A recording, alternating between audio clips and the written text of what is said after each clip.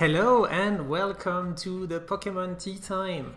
We are your hosts, Mr. Houndoom and Pokémon Noob. We are still a young podcast just getting started, so we are going to need all the help we can in order to find our audience. So please leave a like and subscribe if you like this video. And without further ado, let's get started with the topics of the day. So let's start with Shining Fates. The set list has finally been announced. So we have a few thoughts about this. Something is missing. What is missing? Tell me, Sean. Yeah, it looks like we have no Marnie. I don't know. This is big news for a lot of people. For myself, I liked Marnie in Champion's Path. With the collector's set that you could buy with the playmat. And I do appreciate these full arts, but it's not a make or break for me. What about yourself? Yeah, it's an important character from the games, and I know that she has a lot of fans. I think like she's the waifu of a lot of Pokemon fans. I've seen a lot of fan art online that I kind of wish I hadn't seen, but so I think she's a very beloved character from the Sword and Shield games, and I think a lot of people are disappointed. So this is kind of creating a bad buzz around Shining Fates just before the release, because a few of the most important cards from the set, Shiny Star V, from which this set is coming, are actually not in the set. So here you have the list. You have the Shiny Charizard V that was actually included in Champion's Path. You have the Zamazenta V and Zacian V, which are coming as promos with the premium collections for the 1 year anniversary of the Sword and Shield sets. And now you have Marnie that are not coming to Shining Fates. So what's happening? Is Shining Fates going to be bad? No. What do you think? It's definitely shaping up to be probably the best set of the decade for me personally. There's a strong focus on Gen 8 Pokemon, and you know what? After playing the Sword and Shield games on my Switch, I absolutely loved Gen 8 Pokemon. So for them to get some special card designs in this sort of celebration set is amazing. But the question is when will we see Marnie? Because they've done the Japanese print now. What do they have a gym trainer set plan for later in the year, or what's your thoughts on that? Yeah, and they have it's kind of strange because we will see it later, but like we're going to review the cards from the set, but we have the full art trainers wearing this competition outfit that Marnie is currently wearing on this card in the set. So it's really a bit of a question, like when are they going to release it? Is it going to be a promo? I think that's what's most likely, because I don't see Marnie like this just being in battle styles all by her own, So unless they I don't no they haven't announced any full art trainers in the battle styles sets in Japanese, right? So I mean not in this time.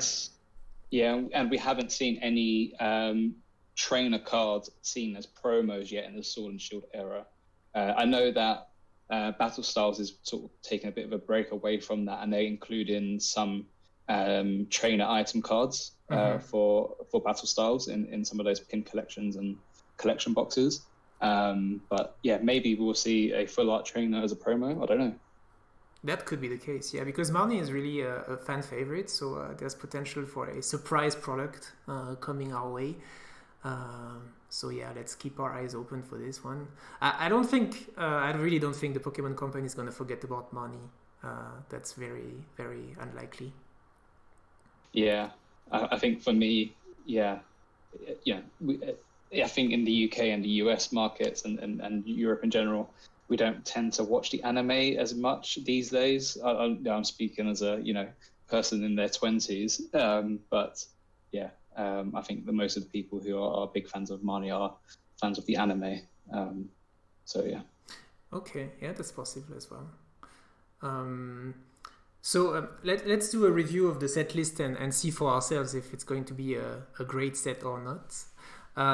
So as a first, we have some new legendary Pokemon coming back, even mythical Pokemon here as a holo. So these two, Volcanion and Celebi, are confirmed, and I think it's going to be some really nice holos to get when you don't get the regular rares. So I think people are going to be happy with these ones. I think these artworks are amazing. I've seen Celebi being pulled in one of the early ETB videos I've seen on YouTube. But I don't know. Was it a holo? I didn't see it being a holo. I think it's maybe a holo, but I mean I might be wrong. Maybe in the video I saw, the card was pulled was just a regular rare. It could be that both versions are available, the holo and the regular rare, because it's like in Vivid Voltage you had both, like Terrakion, for example, had a reverse holo and a holo. So could be that both are in this set. But there's so many special cards. It looks like to collect in this set. Yeah, that's really just the beginning. Who doesn't like a Celebi, and everyone loves the mythical Pokemon now. So yeah. Celebi more than Volcanion probably. Volcanion is from Gen 6 and is a bit less popular. You could see that, for example, in the Shining Legends sets, that Volcanion is actually the least popular Shining of the lot. But did they have any decent cards in the XY sets? Volcanion. He had some nice EXs, and I think it was also included in the Generations collection. Like every month you had one of the mythical Pokemon being in the highlights of a box, and with one promo. And Volcanion had a nice. I don't think it had a GX, so I think it missed kind of the last generation. Might have been a holo or a regular rare like this, but. I think it's one of the still one of the most favorite from the most recent mythical Pokemon that have been released. More than the Sun and Moon ones. Yeah, it's a cool Pokemon. Yeah. Moving on, we have some reprints, surprising reprints in my opinion. So here is just Crobat V and Cinderace V, but there's a couple others. So that's a bit of a disappointment, if I may say, to see these reprinted from Darkness Ablaze and Rebel Clash. That might be one of the only downside of the set. Just imagine you're seeing the white and green code. You're like, oh, amazing! I'm going to get a full art V or whatever, and you end up getting a Cinderace V. I think some people are going to be disappointed by this, but. I think it's going to be definitely disappointing for the people who get like one pin collection where they've only got 3 packs and then they get a Cinderace V from Rebel Clash. But again, Cinderace V was also in a promo tin as well. V Powers tin. So was it V Powers? No, was it Galar Powers tin? I think it was Galar Powers tin. Remember. But I think these two are viable for competitive playing. So I think it's also giving a chance to the people who are trying to get into competitive playing to get them and start playing with them. Yeah, and it looks like we're going to see a lot of different Crobat variations as well within this set, aren't we? That's true. Yeah. Yeah, we're going to. I don't remember if we're going to see the regular VMAX, but we're going to see. Crobat has his own box dedicated to its shiny form with Crobat V and Crobat VMAX as promos. So it's definitely one of the stars of the set. Yeah, and I've got myself a pre-order of the VMAX collection box. Me too. Which has, so looking forward to getting those amazing promos. Yeah. The pink and green Crobat is a beautiful card. I wonder if they'll be labeled promos for the English set, even though they are. They should be, yeah, because you cannot find them in the packs, so they should be promos, Yeah. Moving on to the next type of cards, we have some new V and VMAXs. Here I'm just included the Ditto VMAX and the Cramorant VMAX. Yeah, new VMAX. I mean, yeah. I think Ditto is one of those Pokemon. It's like a cop-out Pokemon for people who goes, what's your favorite Pokemon? If you could be any, who would you be? And like Ditto is the one because it's like, well, if I'm Ditto, I can be any Pokemon I want. That's true, yeah. So I think everyone likes Ditto for that reason. Yeah. And it's got a really nice artwork here, and the full art shiny is also really, really nice too. Yeah. The blue Ditto. I think Ditto is also always kind of a favorite for competitive playing as well, because of his ability to copy other creatures. It's not the most popular, but I think it's always somewhere in a few original decks who just want to annoy the people by copying the Pokemon. But yeah, and I'm not as excited as you might be for the Ditto. I think it looks good for a Ditto, but it's still just a big blurb of pink paste or blue paste in the shiny form. So I'm fine with it, but like if I find Ditto or Cramorant VMAX, I'm going to be not disappointed, but I'm not going to be jumping to the roof. Yeah, I find it strange that Cramorant has a VMAX. To be honest with you, that's yeah, it's a bit of a strange one. But is it a good card within the competitive play? Don't know. I don't think we. Yes, we do have a Cramorant V actually already.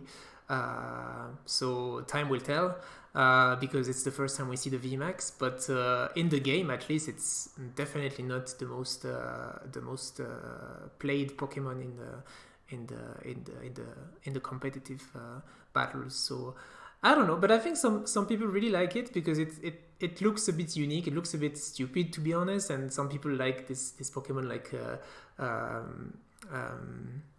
Psyduck, that look a little bit silly, and yeah, I think it's. I was going to say, do you think it's one of the laziest Pokemon designs because it literally just looks like a rip-off from a natural bird in real life?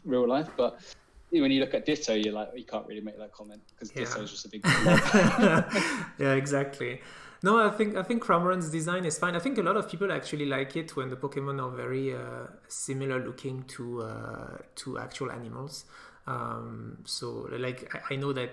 Yeah, if it goes towards the items, like a keyring or a sword, some people are a bit, they don't like it as much, and they prefer something that is more true to life.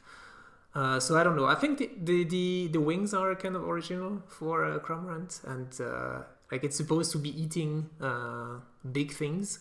You've seen the promo, right, for the Coco movie in Japan with Pikachu being eaten by Cramorant.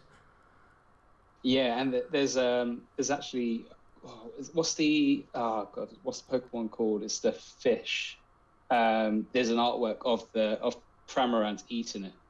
Magikarp? I think no, it's not Magikarp. I think it's in Vivid Voltage. Is it? Oh. I'll have to check that one for you. But yeah, there's an artwork. Yeah, can't remember what the Pokemon's called now. Yeah, I think it makes for a funny artworks when they do a Cramorant card, so it's always like nice to have in the collection. But yeah, like I don't think it's a very strong Pokemon competitively. But time will tell. Maybe I will be wrong. Yeah. The next category is some missing cards from former sets that are finally being included here, stuffed in, if I may say, without really much of coherence with the rest of the set. So here we have the example of Alcremie VMAX Rainbow and Alcremie V Full Art, which, by the way, I think look super nice. But they should have been in Champion's Path really, and like with the V and the regular V and the regular VMAX. So I was a bit surprised to see them here in this set, but I mean... Yeah, Champion's Path is just a very odd and underwhelming set. Obviously, you've got the chase Charizards, but if you don't pull the Charizards, it kind of feels like wasted money opening those packs. Yeah. And, with it being such an underwhelming set with only 72 cards, I believe, it makes you think and question, why would you cram these cards into Shining Fates, sorry, where, when you could have put them into, a set that really needed it. It does make you question it. And they put in cards like Venusaur. Venusaur V. And it's like, why put that in randomly? Was it for competitive play? I don't know. It's a strange one. Yeah, because it was supposed to mimic kind of the championship that is happening at the end of the game in Sword and Shield, and so that's why you had Dreadnought, that's why you had Obstagoon, but yeah, why not put the Alchremies, which were fully in the theme, and why include the Venusaur? I don't have the answer. Maybe they just wanted to give some room for older generations to make it a little more attractive for players who like collectors, who didn't play the games. But yeah, for me it's a bit of an odd one. So we are going to see them in Shining Fates, which is really nice actually, because this Alcremie, I think the full art is really one of the best looking full arts that are existing in the Sword and Shield sets, and I think a lot of people are gonna be happy to add it to their collection, me included. But yeah, a little bit of an odd one. That's definitely not a card I was expecting to see in Shining Fates. Yeah, I do question what is the Pokemon Company's strategy with these new sets now, because if you look at Shining Fates, there's, I believe, over 100 shiny cards in the set, and who on earth is going to buy more than 100 packs, if they possibly can, of Shining Fates? So it means, they're basically saying, let's create a set which nearly no one will be able to get a master set of, unless you're a Pokemon YouTuber or a massive investor. It's really strange. Yeah, it is. I mean, it was the same for Hidden Fates, and people loved it, huh? But yeah, I kind of agree with you. Especially it's still supposed to be let's talk about the shiny babies actually, which are in the just after. So in the meantime, we have a couple of full art trainers that are going to be included in the set as well. So here you have Pierce in his champion challenger outfit with a little bit of a different style. I don't think we see him like this in the games. Correct me if I'm wrong. So it's kind of an interesting design. Yeah, his hairstyle is different as well. He's a bit more of a punk rocker in the game. But yeah, I didn't even recognize him until you mentioned. But yeah, it's just very strange. And we also got Skylar as well, which we've realized we don't believe is in the Sword and Shield games. No, she is from Generation 5, from Black and White. Yeah, it was kind of a surprise to see her here as well. I mean, they're just, I guess, catching up on the older games to have also some iconic characters as full art trainers. We're going to see a lot of this actually in battle styles. You're going to have some of the I think the how do you call it, the league, the Pokemon League from the first game that are going to arrive in the set. So I think they just try to mix and add a few little by little from past games. But yeah, I'm not too surprised by this. I'm just, they don't do much for me, the full art trainers. I know a lot of people are collecting them. It's not really my case. If I find one in a pack, I'm not going to complain, but I'm not going to jump by the window. Yeah, do you know what I'm going to call them from now on? I want to call them the Pokemon Simps, because they're always the hot chase full art cards are always female, and Lily is the big chase card. Yeah, that's selling for like $1,000 now.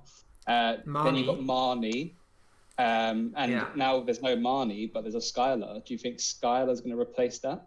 and become the chase card. I'm pretty sure Skyla is going to be one of the chase cards for sure. Yeah, and at least for the people who were fans of black and white games, I think it's going to be one of the big ones. Yeah.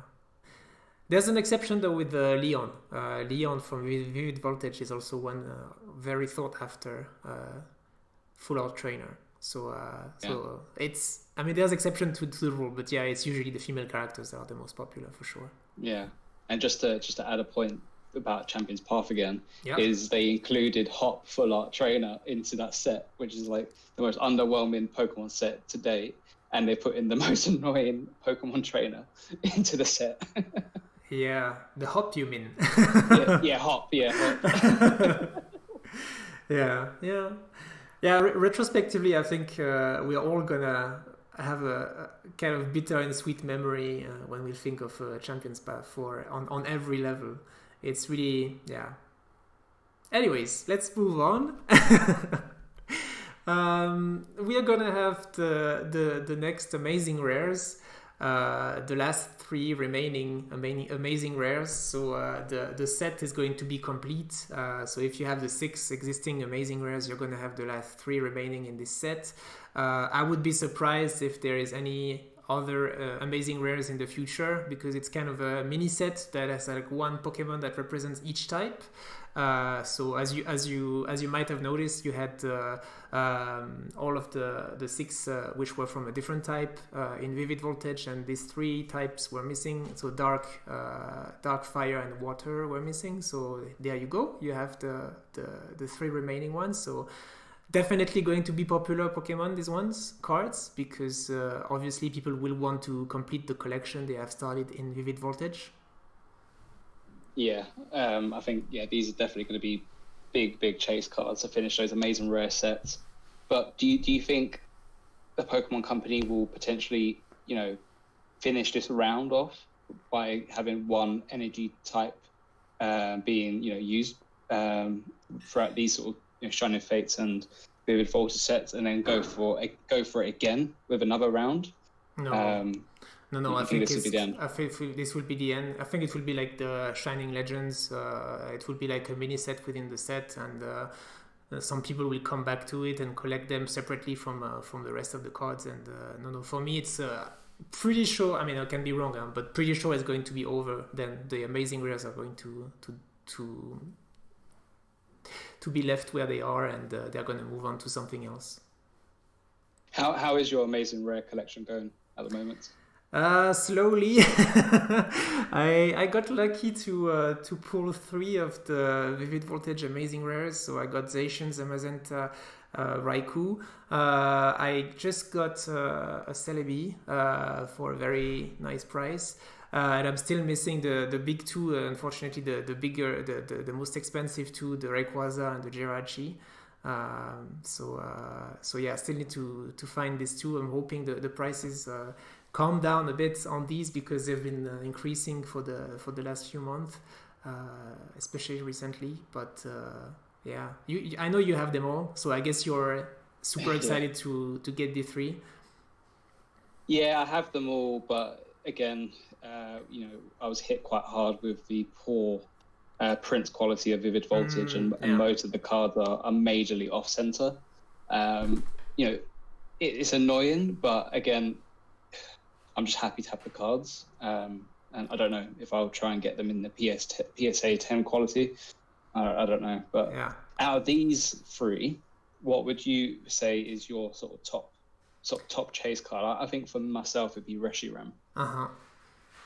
Yeah, I think Reshiram or Kyogre.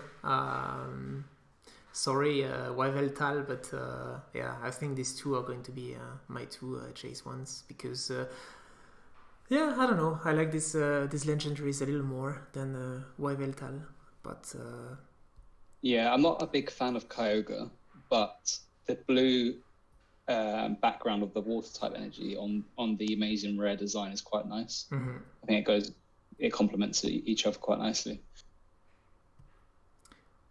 So your Reshiram, I think I'm going to be for Reshiram as well.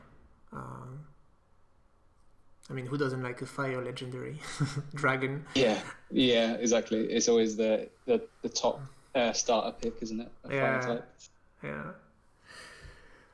Anyways, moving on, we have, we talked about these already in the last podcast, so we're not gonna talk about it again, but the black and gold Eternatus V and Eternatus V Max. So starting this, let's just stop for a second and maybe I can talk about these in particular. So what do you think is going to be the future of this black and gold thing? Are we onto something that they might want to replicate in the future, or do you think it's just something that they're doing here for a celebration kind of, and then they're going to move on to and forget about this design? Yeah, it's a strange one. If they were solely set cards, I would say they would probably continue them. Mm-hmm. But for the English side, half of them are going to be promos. Mm-hmm. And if half the set already is going to be promos, which is the Zacian and Zamazenta, it's just very strange. Like, are they really going to continue it? Because they know everyone in Pokemon wants to get master sets of everything. So having a mix between promos and main sets, it's just a bit strange. Mm-hmm. But I'm a fan of the look. I love them. Who doesn't like gold? But yeah, I just don't know how it'll fit in going forwards. Yeah, it reminds me a bit of what they've done in Sun and Moon when they had Solgaleo and Lunala as promos, gold, and then they kind of left them aside, and suddenly they started having more gold Pokemon by the later sets. I think in Hidden Fates you have a few gold cards as well. So they've been a bit inconsistent with these two. With the gold designs in general historically. So you never know really, but. In my opinion, I think like we've got the legendaries here from the base games. My personal, if there was one other type of Pokemon they would do in Black and Gold, I think it would be the other legendaries from the expansions. So the Urshifu, the crown, the big crown guy. I forgot his name at the moment, but. Maybe the legendaries from the expansion packs from the games. That would be cool though if we had like Articuno, Moltres, and Zapdos, the Galarian versions in Black and Gold. That would be really cool actually. But yeah. I think the elephant in the room we're missing here is Charizard. We spoke about this at length last year about how many types of Charizard cards we've seen in Sword and Shield. So we've seen regular rare, we've seen reverse holo rare, we've seen a themed deck Charizard, we've seen a V Max, a V Full Art, V Shiny Full Art, a V Max Rainbow, and a V Max Shiny as well. So what's left? It's a gold and a reverse gold. Gold Charizard, yeah, of course. The good thing is that at this point in time, we've already had a preview of what's coming for us, thanks to the Japanese sets being whether announced or released even. So we have quite of an idea that the future of gold cards is just going to be the continuation of what they have done for the regular sets up until now. But who knows? Maybe in the next special set, maybe in the next holiday set, they are going to have this black and gold again. Maybe it's going to be really only for special occasions. Who knows? Yeah, they're gearing up, aren't they, to the 13th of October? Yeah. And, what are we going to see then? A lot of people are speculating, another type of evolution set, maybe with it being Johto. Who knows? Yeah, but I think we'll definitely see another Charizard chase card by the end of the year. And I wouldn't say no to a Lugia or a Ho-Ho in that style either. Yeah, definitely. Or an Entei or Suicune or a V-Union Suicune, Entei, Raikou in the black and gold. we can dream. Yeah, we can dream, and I think that is definitely a talking point that we need to cover at some point. I agree. So moving on, we have the baby shinies. So these are going to be, I guess, the biggest chase cards of the set, at least the second ones after the full arts. But So we have actually, I checked the set and it was pretty much only from the Gen 8 Pokemon. So it's going to be a hit or miss. If you've not played the game, you might not enjoy this little shiny Vault 2.0 as much. But I'd just like to say though, this Toxtricity is going to be my chase card for the baby shinies. Right. I absolutely love Toxtricity, and I think this looks so cool. Yeah, it's. I mean, there's a few underwhelming Pokemon in terms of shiny. We're going to see Colossal right after in that regards. But this one, yeah, the colors are really interesting. It's actually, with the yellow, it looks even more like an electric Pokemon than the original Toxtricity. And yeah, I wouldn't have been mad if this was the main design actually for Toxtricity. Yeah. Sorry. Yeah, and I think there's also going to be a Toxel baby shiny. Right? Absolutely, yeah. I only included a few selection here in the presentation we're giving right now, but yeah, like if you see an evolution, then there's the pre-evolutions as well. Then you have here the Galarian Rapidash shiny version, very nice. I think this one is also going to be one of the chase cards because Ponyta and Rapidash have quite a bit of love going for them. I don't think. Yeah. They've already had a Galar mini team, haven't they? Yeah, that's true. Yeah, but that was only a art design card. Surprisingly, no V or V Max for Rapidash and Ponyta, right?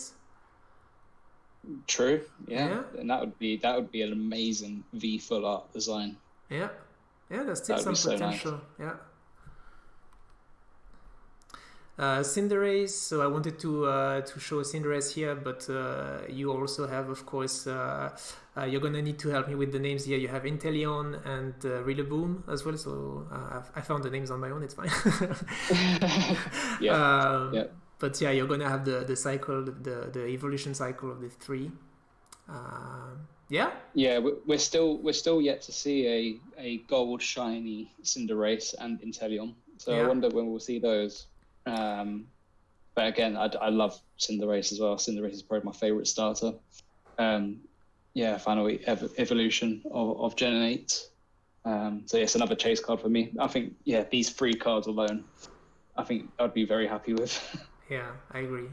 That's going to be the same for me. Cinderace is also on the top with Rillaboom. I can never choose between the two, but and then we have Suicune. That's, I think, the one that the people are going to be looking for the most. In the water type, I think it's pretty much the only legendary from a former generation that we're going to see. There's no legendary birds. There is no Entei. There's no Raikou. I don't even think there's any other mythical or legendary Pokemon, is there at all? Because there's not even a Celebi baby shiny, is there? No, there isn't. I think Suicune is the only one, and I think it's currently the one that is also the most sought after in the Shiny Star V set. It's actually the version we're looking at right now.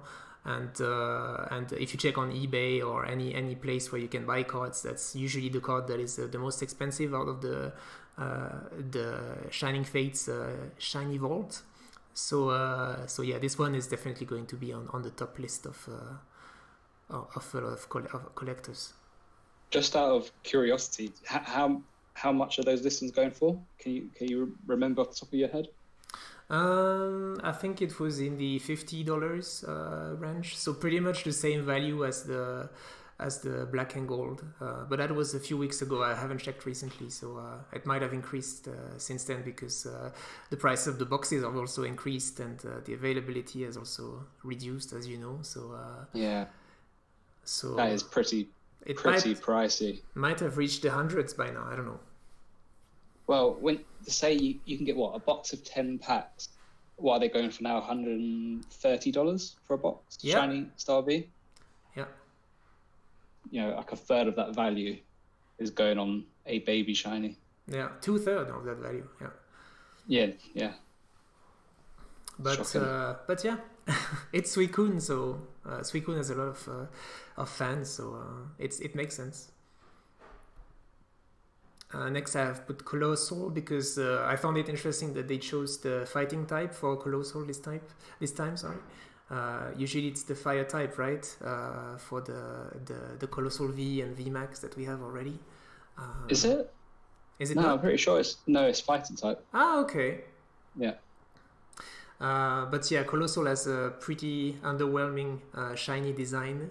You could hardly tell the difference between this one and the regular one. I think the regular one is a little bit like the Prevolution you can see on the top left of the card, a bit grayer, a bit brownish, and this one is just a little bit bluish and still gray. So definitely not going to be my chase card. Yeah, you're right. You'd think with it being a shiny Pokemon, the colors would pop a bit more. Yeah. But yeah, oh well. Yeah. We can't have everything perfect.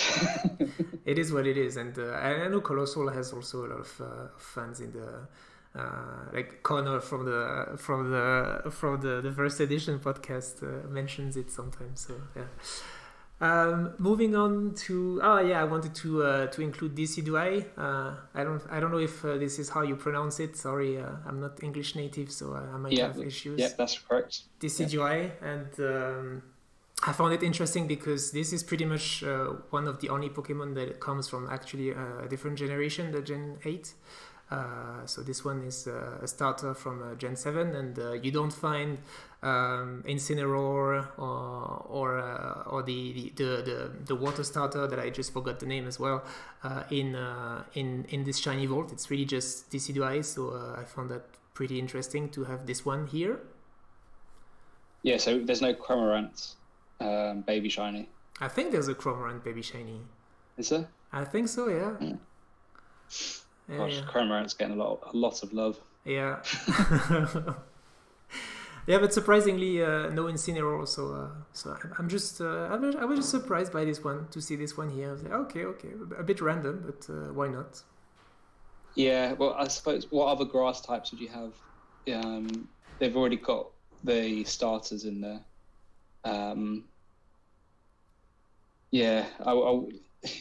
I know there's a few starters in the Hidden Fates shiny vault as well, and there might be already the Incineroar. That might be the reason why we don't see it here. Actually, I'm just thinking about it now. So maybe Decidueye was forgotten in Hidden Fates and got a consolation prize by being into Shining Fates instead. Maybe that's the reason. Possibly. Well, but then that gives hope to the Marnie fans. Yeah, Pokemon don't forget, they just delay stuff. Yeah, Corporacha.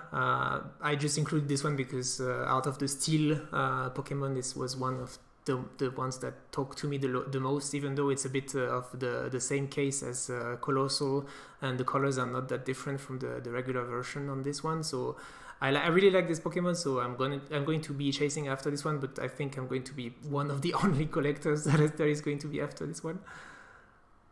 And that's the beauty of Pokemon, right? Is you collect what you like. Yeah. And if everyone keeps chasing after the same cards, it's just, I find it gets boring as well. Everyone keeps talking about the same thing constantly, and exactly. Yeah, there's so much diverse things you can collect in Pokemon. And yeah, Copperajah is obviously unique to you. It's not a big one for me. I bought the collection box, the Sword and Shield collection box, and that's kind of I got the promos. They're a bit meh, but yeah, it is what it is.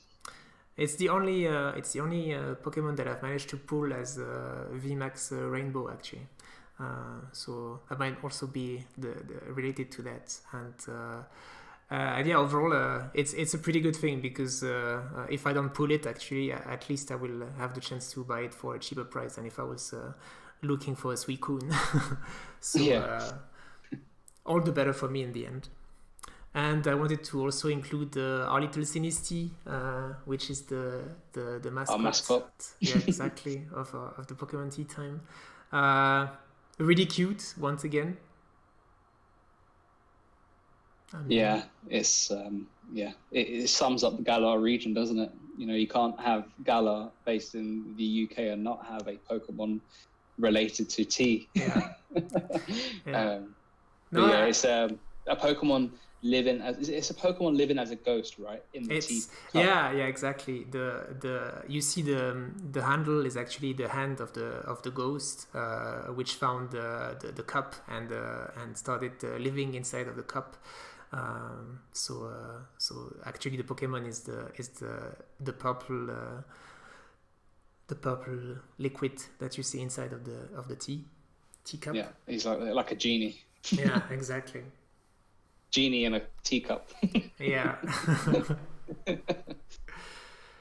And moving on, we have the V full arts. Not to forget these ones because I think from Shiny Star V we've seen a lot of VMAX, but we are going to have some V full arts as well.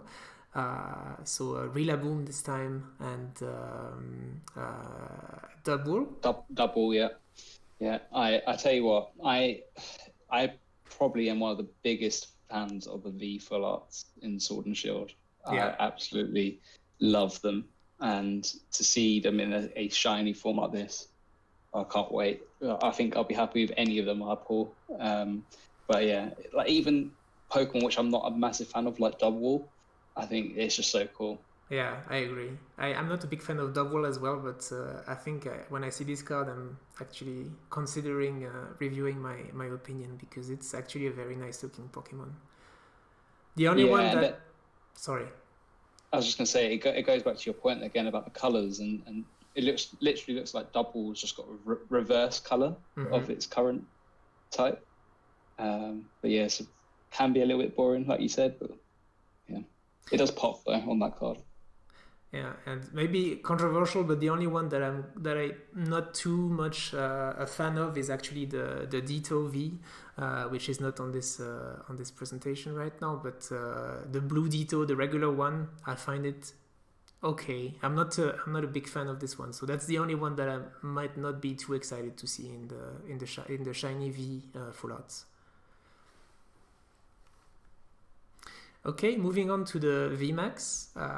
So, yeah, I mean, let's talk about the elephant in the room first. Let's talk about the Charizard VMAX. That is going to be the chase card for most of the collectors out there getting Shining Fates packs. What is there to say that has not been said already about this card? We've seen it so much already. It feels like it's almost released since a few months, right? Yeah, we've even seen the English version because it was stolen from a factory and graded by CGC, and you know that was before Christmas, right? That was like December time. Yeah, and it was in the Pokemon 25th anniversary teaser trailer as well. Yeah, and we've also seen it in Shining Star V, obviously.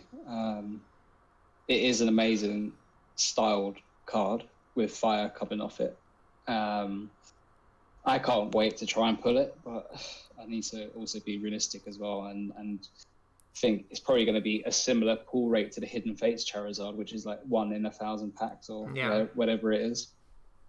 Yeah, and I mean, look at the one on the left, the Toxtricity VMAX. It's okay if you pull something else on the Charizard in this set. I don't think it's going to be like Champion's Path when you're pulling a Dreadnought V and you're like, Dreadnought. We have actually some amazing alternatives to the Charizard VMAX if we don't pull it. What do you think of this one, Toxicity? I know you like this Pokemon, so that's the reason why I put it here. But I actually think these VMAX shinies are near enough or slightly better than the V full art shinies. And back in the other Sword and Shield sets, I would say V full art are my favorite designs over VMAX. But when you look at this Toxtricity, look at the color palette. It's going all the way around. You've got like blue into yellow to orange. It's just such a nice card to look at. It's just, yeah, it's really nice. It's a better version of the rainbow version, definitely. And it's such, I mean, look at the one on the left, It's just so beautiful. I mean, they're like, if I pull this one, I'm going to be glazing, like looking at it for a long time, just admiring all of the nuances in the design. It looks really amazing. Yeah, and I think the way it's designed, it's like a 3D design to make it look like it's coming out of the card. Mm-hmm. And I think having this card at a PSA slab will look so nice. Yeah. All right, that was pretty much it for our review of the Shining Fates card. So, what's your verdict? Is it going to be a great set, or is it going to be a bit disappointing because Marnie isn't in it? My verdict is cancel all your plans, cancel everything, and invest all your money into this set. I don't mean like your whole life, savings, but I mean, if you had any other Pokemon plans this year, I think put them aside and make sure you get involved with Shining Fates. And be patient, because as we know, the allocation is going to be very very difficult this time around for this set. So yeah, that's a set we will hear about for a long time, I think, just because of how it's released, but also because of how amazing the cards inside are. If you enjoy even the slightest Generation 8, I think you cannot go wrong by pre-ordering and going really strong on this set. Yeah, I think the majority of packs is going to have a pull of some kind, whether that be an amazing rare, a baby shiny, a V full art, a V max. There's just so much different types of cards you can pull from this. It's just going to be great fun. Yeah. All right, let's move on to our next topic. So we wanted to talk about, let's address the elephant in the room. It's hard not to talk about it this week. Celebrities getting involved again in the hobby in the name of Logan Paul. So we're trying to take a different angle on this one, because everybody's talking about it, and a lot have been said already about Logan Paul being back and doing a new video and a new something new with the hobby. So we tried to find a different angle, and we focused a lot on numbers. So go ahead, Sean. I know you've done the work. Just before we get into that, I think every commentator within the Pokemon space has talked endlessly about this already, but I think it's just the way for Logan Paul to stay relevant. He had a boxing fight planned with Mayweather in February, which is no longer going ahead. So he's probably thinking to himself, right, what can I do, to create a big internet event and keep my name being mentioned while we're still in a sort of pandemic. Yeah, and the date of the 27th of February for his box break is also very strategic. So he's making sure that when the press and so on are talking about Pokemon, his name might be mentioned as well in the celebration articles that are going to pop up. So I think it's very smart from him, actually, in terms of PR for his channel to do this at this very moment. So sorry. I was just going to say, if you could, move on. You can see, he's opened up the bidding to buying a pack from this box break, which is happening, as you said, on the 27th of February, which is Pokemon Day, Pokemon Anniversary Day. And what we've already seen, at the time of recording, people have already been bidding away, and I believe there's a bid on every single pack so far, and with the highest bid being $16,000. And if we were to sort of look at a average of $16,000 per pack for the whole entire booster box, we would get to a number of £576,000, which is just absolutely mind blowing. It's quite the nice return on investment, huh? He was showing off that he paid 350 to 400,000 on average per box, and if all the packs sell for the highest price that is currently in the bidding, which I'm pretty sure is still way below what it's gonna go for, you can see that is actually doing a pretty smart business move. Yeah, and you know what? Just a quick calculation. If the packs go up to an average of £20,000 a pack, which is quite likely with all sorts of millionaires being involved, his box, right, the first box he breaks could go to a value of $720,000, which is basically doubling his money. It's crazy. It's really it's climbing up so fast. The risk was very minimal. I mean, it put in a lot of work to find these boxes, but yeah. I wonder what finder's fees he paid to get these boxes. He must have, right? Yeah, I guess, because like if you watch the video, it was just like with his crew accepting the deals that others had negotiated for him. So I guess he had to pay some middlemen to find these boxes for him. Yeah, and if you think, right, a middleman percentage, what would you say that would be? 10%, 5%? No, I think it's lower than that. I think, especially knowing that it's the name Logan Paul, I don't think he spent too much money with the middleman in this story. Yeah, well, we did see Poker Jew, didn't we? Come and hand deliver a box to him. Yeah. And he also sold him some shadow. They were opening Shadowless base set just for fun, like that day. And he pulled a Charizard. It's just like, it's like I said earlier, within Pokemon, there's something for everyone. And there's something, for your multi-millionaires out there, and there's something for, the everyday collector as well. So it's just crazy, really. That's true. It's not something any of us would do on a daily basis, but when you live the life of the rich and famous, I guess that's the kind of thing you just enjoy from time to time, opening base set Shadowless for tea time. It's like you go to the supermarket, right? You do your grocery shopping and you buy a Rebel Clash blister pack for like $4, and then Logan Paul looks at that the same way as opening the Shadowless base set pack. Yeah, that's the thing I do for my leisure time. It's not even worth showing it on video. It's Yeah. So, if we were to total the 6 booster box value to the 16k average booster pack price, we would see a total value of nearly $3.5 million, which is $1.5 million pure profit for him. And as you said, we're likely to see these bids go much higher.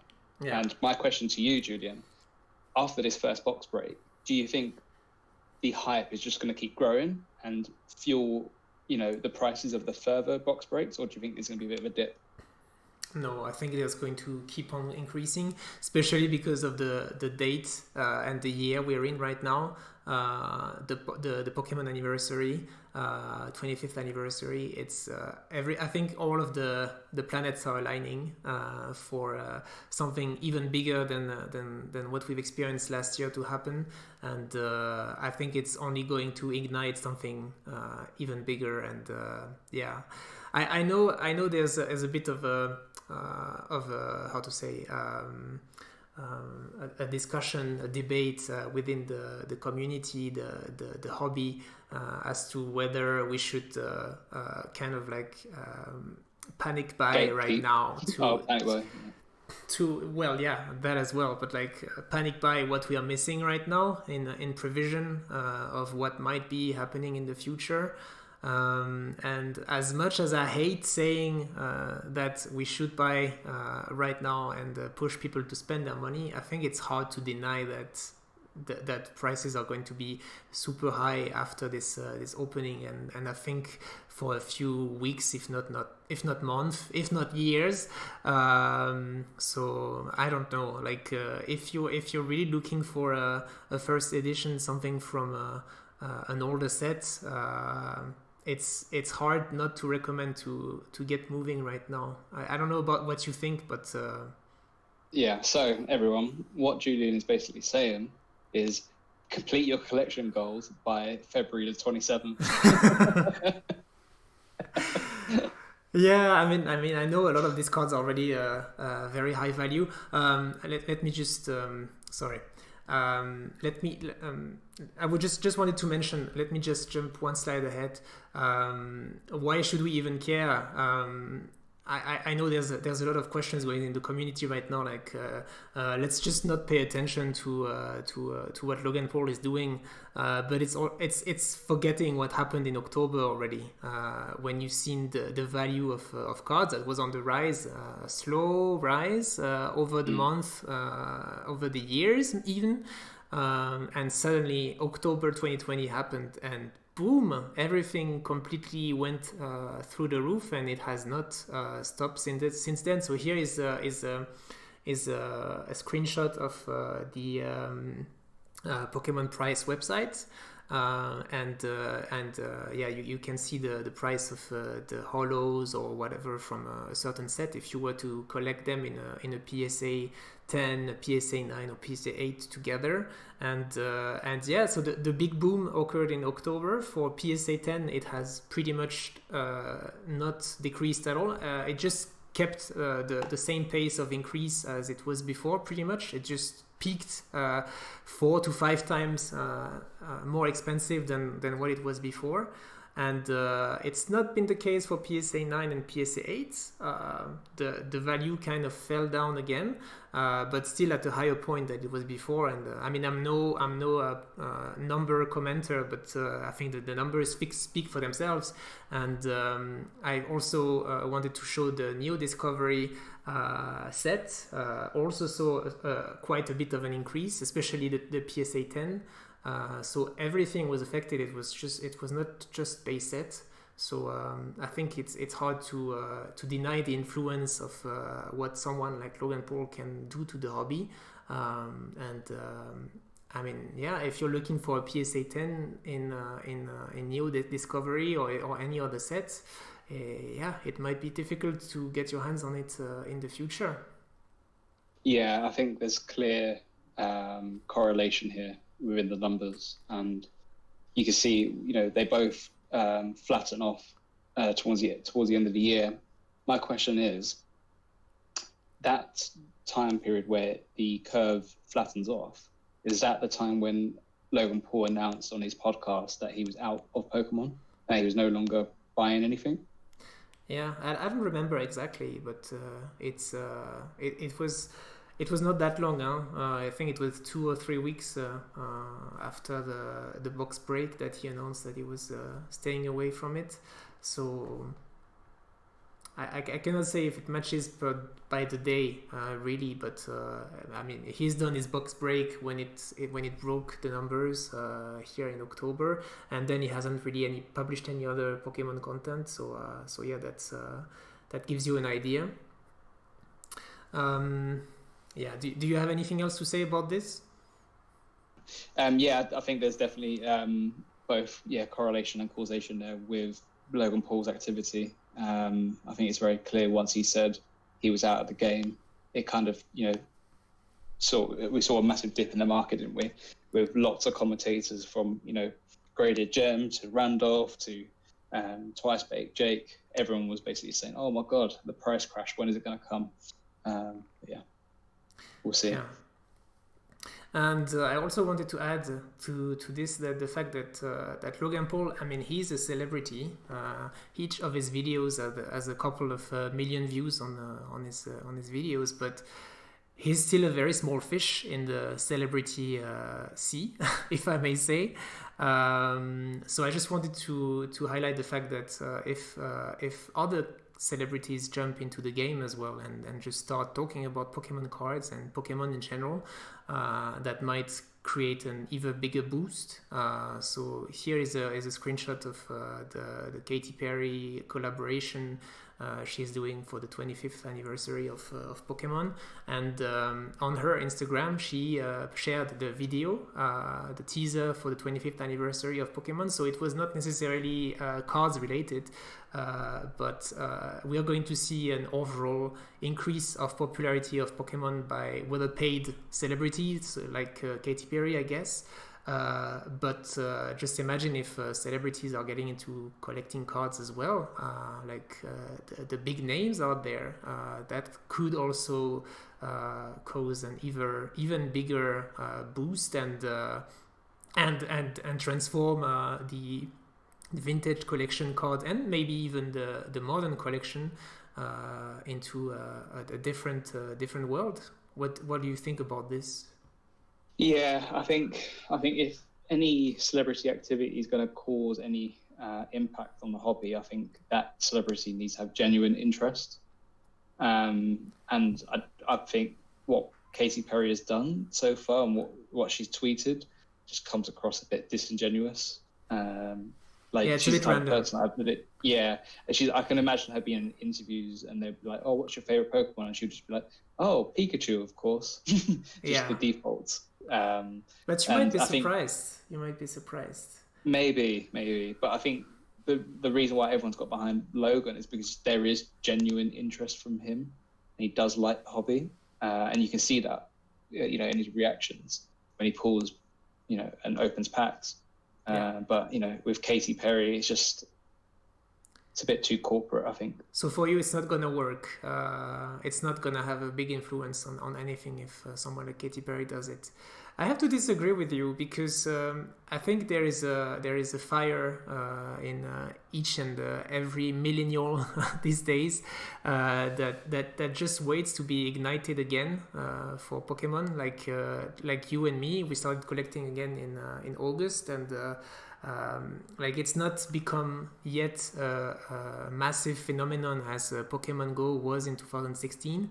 But I think if celebrities like Katy Perry or I don't know, any other millennial kind of fan favorite is starting to talk about Pokemon for the 25th anniversary, which is not that unlikely. That might cause really a global craze for cards, which is starting right now with all the boom that is happening right now, and I think there's potential for so much more.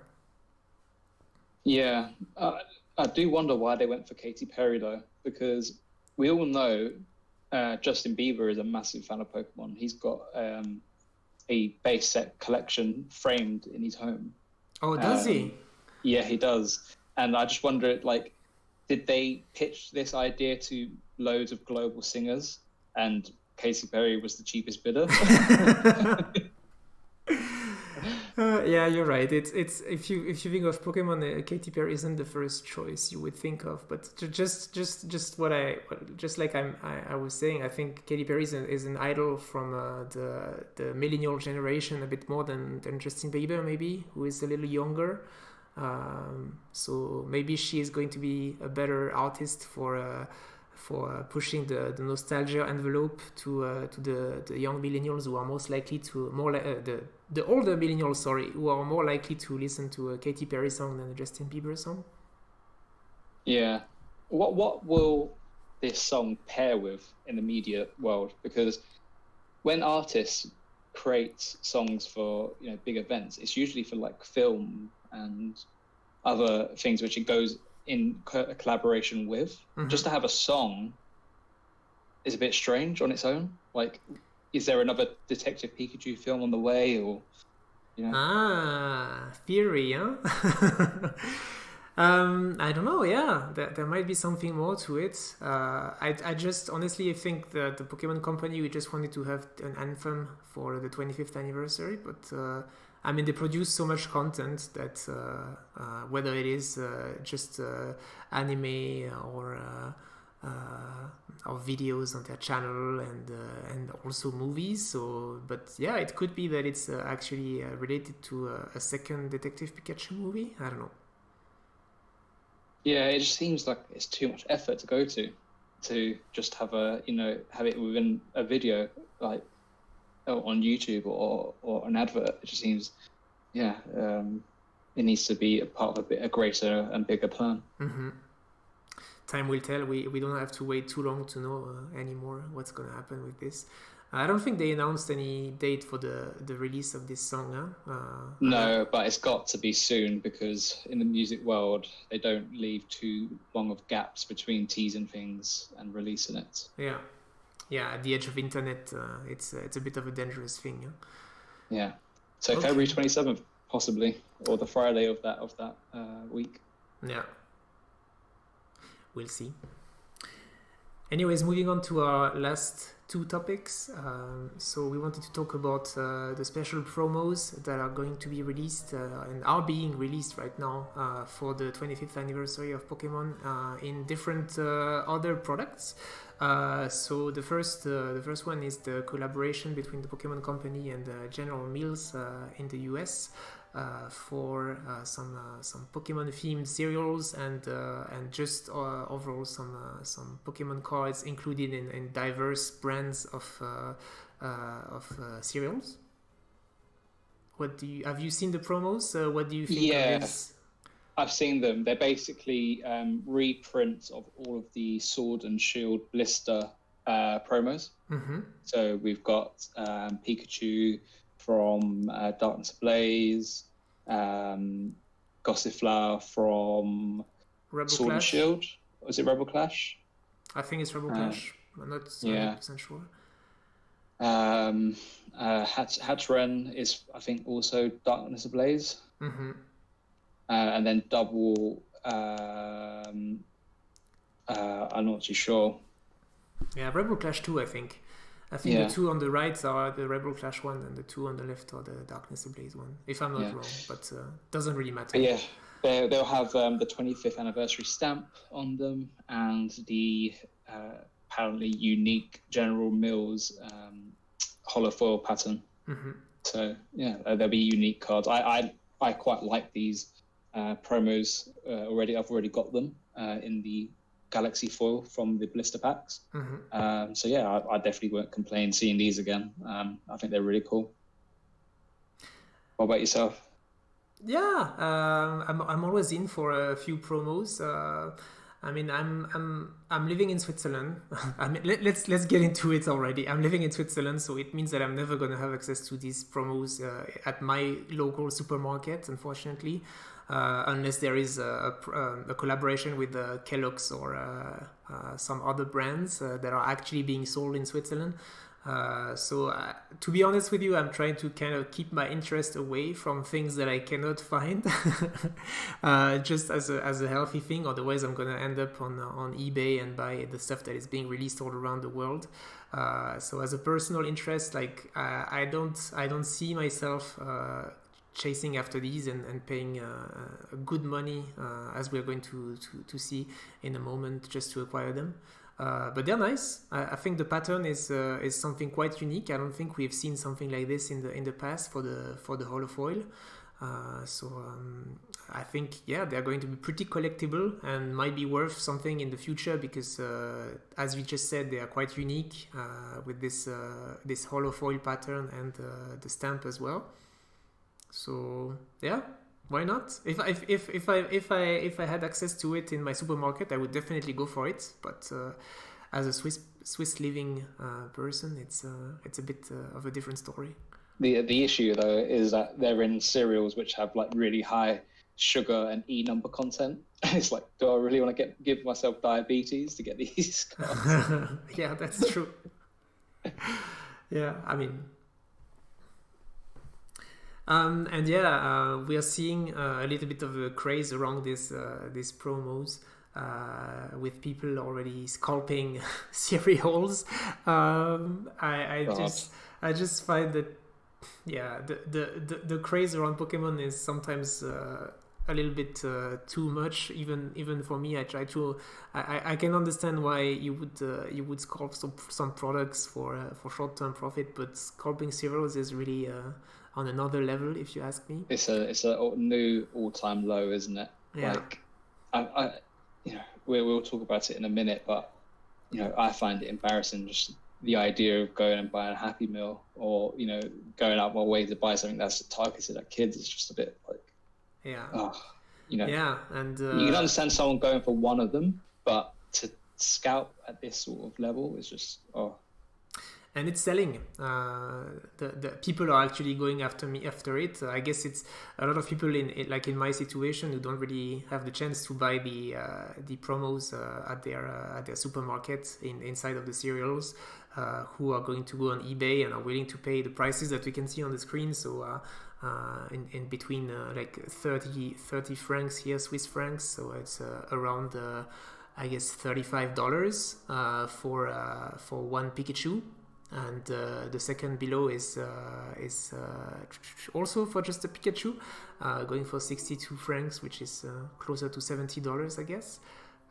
So yeah, that gives you an idea of why people are doing this, and it sells. Yeah, yeah. But what's really hurting the scalpers though is that there's apparently a Pikachu in every single pack.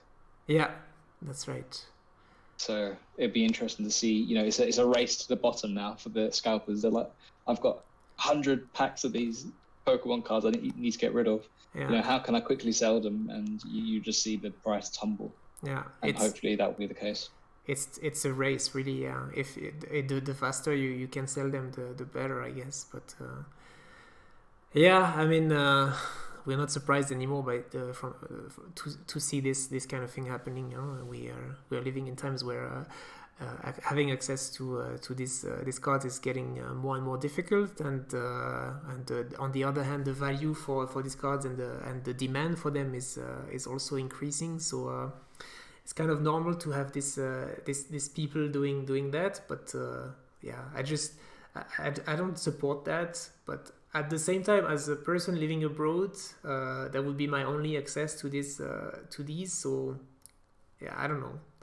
Yeah, you don't mind paying, a slight premium, like, 5% or something like that, just to get your hands on it, because someone's obviously going out of their way to make sure you can get your hands on it.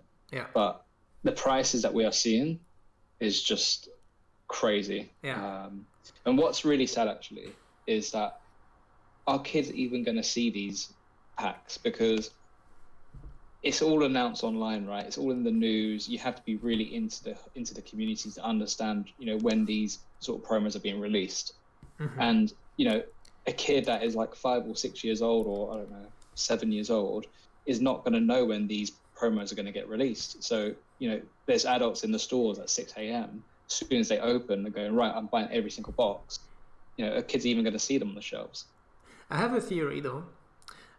It's that these cards are going to be printed to the moon, and that they are going to be available in the cereals for a long, long time, and that there's going to be way too much stock available, and we're just seeing this phenomenon right now because it's just been released. But just wait 2 months down the line, and you might actually just find them in the supermarkets again. And I think the kids might have access to them just a little bit later because the craze will have died off. But yeah, that would be my theory about it.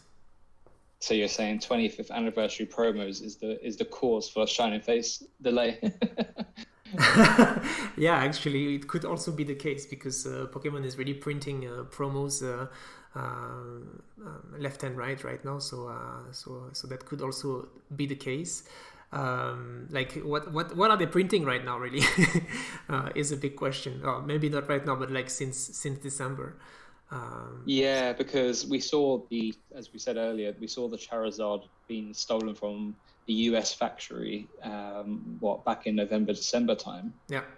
And they obviously got their hands on that card way before then because they got it graded. And we all know that, even grading with CGC still takes a bit of time. A few weeks to do. Yeah. Yeah. So, yeah, they must be printing 6 to 8 months in advance. Yeah. Yeah, very interesting. But it's not the only promos, as you just mentioned. We are also having some promos on McDonald's. Actually, a whole mini set of 25 cards, or even 50 cards. Actually, if you count the double versions. So one version of each of the starters is being released both in a holo form and in a non-holo form. And a pack of 4 Pokemon cards is being sold with each Happy Meal. So another set of promos that actually requires a lot of printing, because 25 cards set actually requires quite a bit of means. It's not just that one promo you would find with a VHS or when a movie is released. So yeah. What are your thoughts on this? Are you into these promos? Are you going to look for them? Are you going to try and find them? Because contrary to the General Mills operation, these ones are going to be available in the UK. Yeah, I think we're pretty safe to say that they'll be in the UK. Some people I know on Instagram have been investigating deeply. They've been ringing up the McDonald's head office of the UK to find out the release schedule of kids' toys in Happy Meals, and yeah, they're saying we could see it in May potentially. Okay. So yeah, I think we'll definitely get them this year. It'll just be a bit of a time to wait, which is totally fine. But I think on the whole, it is such an amazing thing to get for free in a Happy Meal. Like, you get 4 cards, 1 guaranteed holofoil card. The pack art is amazing. You get a sticker book, and you also get a frame as well for your card. So, like, kids don't have access to grading, PSA slabs and all this other stuff, and they can take pride in the cards that they pull. True. And showcase them. That's such a good way to actually ignite the collector fire inside of the kids. Yeah, if they can get their hands on it, because McDonald's have come out apparently in the US and said, "Oh, don't worry, guys, you can actually come into store and just buy these without buying meals." Yeah. So let's hope. As you said, they've printed them to, endlessly. So yeah, I'm looking forward to seeing them. But answering your question on, am I going to try and get them? Yes, I will buy a Happy Meal or 2, but I won't be going to crazy extents to get my hands on 50 of them. Yeah, that's actually pretty much the number you need in order to complete the holo set. We've seen what's his name, Leon Hart. Leon Hart, yeah. Opening already, I think it was around 30 boosters from this Happy Meal operation. And he managed to pull, I think it was around 20. Yeah, close to 20 holos, yeah. So it was still like missing 5 or 6 to complete the set.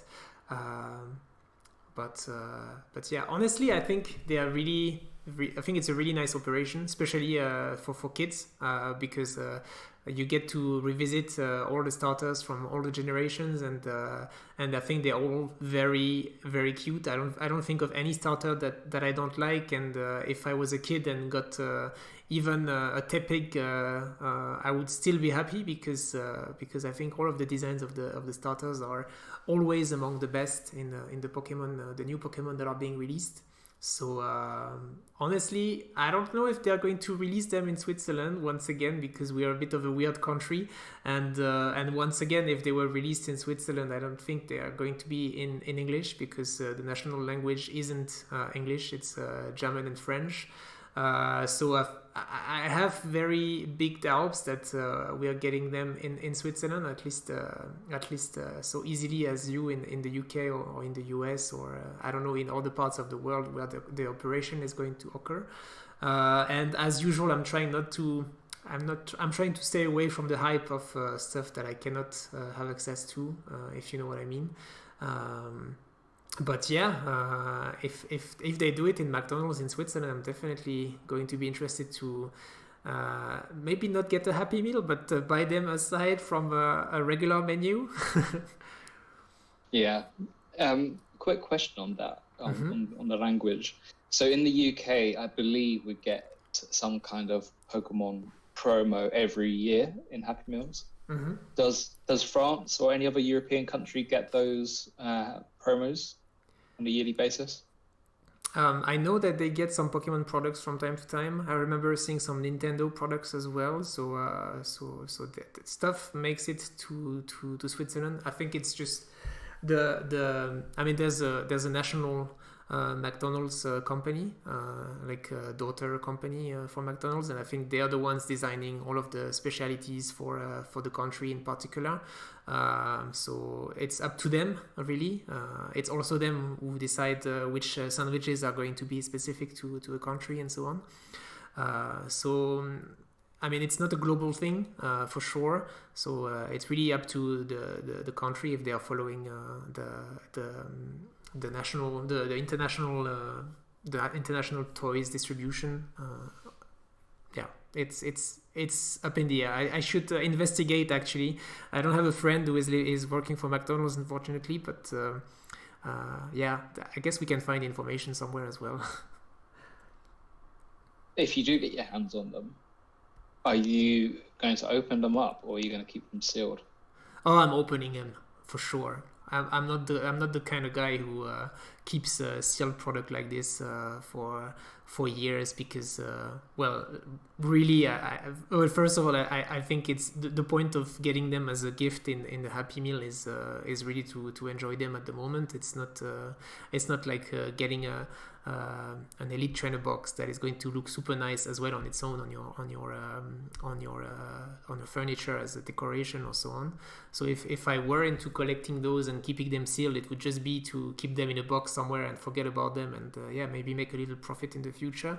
But if I did that, I guess I might as well just keep the cards in the best condition as possible and sell them whenever I feel like it, or not sell them. So yeah, I think if I were into collecting them, I would definitely open the packs and put them in my binder. Yeah, and another thing I'd noticed as well, I don't know if you saw in Leonhardt's video, the packets are actually paper. They're not plastic. And I wonder if the Pokemon Company has been flexible to meeting the requirements of working with McDonald's, because I know McDonald's is on a big environmental sort of initiative to sort of, have all of their products have recyclable components such as paper straws and stuff like that. So okay. I wonder if it's something they could actually just adopt themselves and save on the plastic. Yeah, good point. Good point. All right. That was it for this time for the Pokémon Teatime. Thank you very much, Sean. I think we plan to do a shorter episode than the first one, and it looks like we've made it even longer than the first one. So we failed. We can only try. I mean, the topics of the day were just so interesting. I just can't get over looking at the Shining Fates cards, the Vs, the VMAX, and even the baby shinies. It's going to be such a great set. I'm so excited. But yeah, to finish, we just would like to invite you to follow us, of course, on Instagram if you're over there, Mr. Hondoom for me, and the Pokemon New for Sean. And yeah, if you enjoyed this video, don't forget to give it a like, subscribe, and you'll get a new podcast. We are trying to do it weekly, so normally you'll get one next week again. So thank you very much for listening, and we'll catch you in the next one. Bye-bye.